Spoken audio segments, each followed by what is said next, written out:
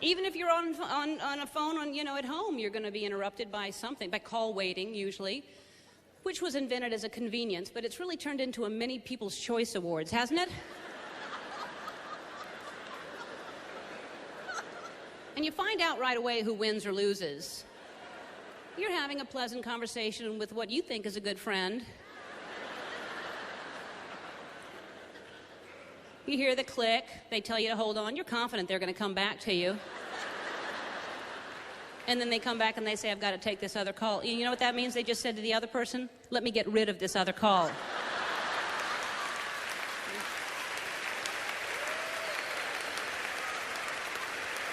That's what you just became. You don't have to get the call wait. You can let it go to voicemail. That's why we have voicemail, to catch those calls that we miss. The voicemail that I like the best is the one where you insert your name into it and then you end up sounding more like a robot than the robot.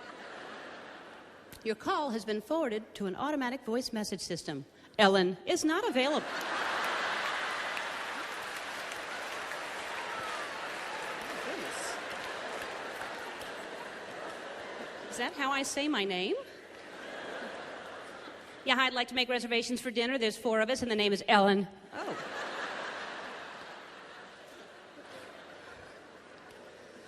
All this wireless technology, we can talk to anybody, anywhere, anytime, and we just take that for granted, you know? It wasn't that long ago that we had one phone in the house. Cord was just being invented back then. There was a shortage of cord.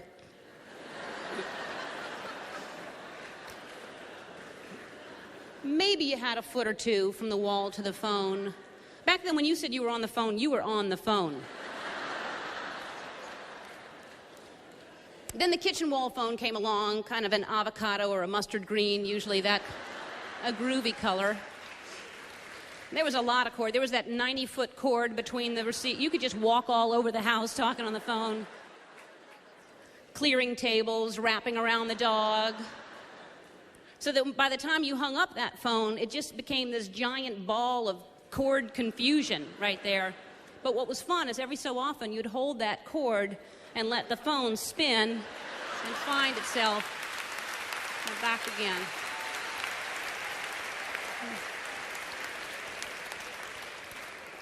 Good times. We're losing the simple pleasures. We don't have that anymore. Now we have hands-free phones, so you can focus on the thing you're really supposed to be doing. You know, chances are if you need both of your hands to do something, your brain should be in on it too. Just me.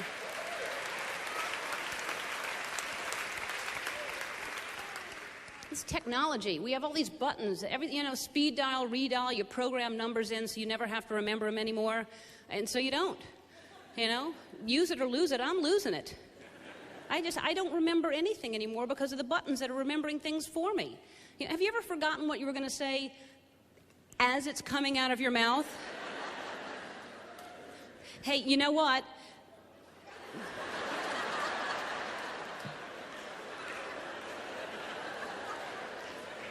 What was I going to say? What was I going to say? Suddenly forcing them to participate.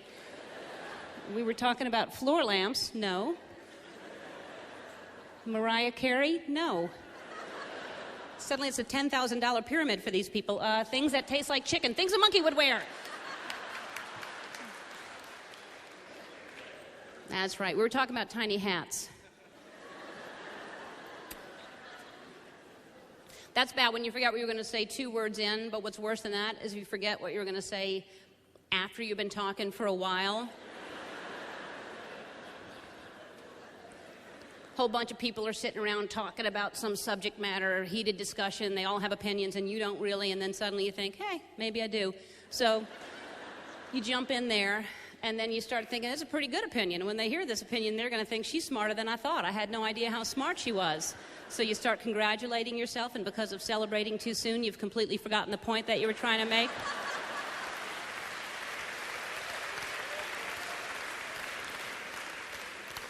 And you're still talking.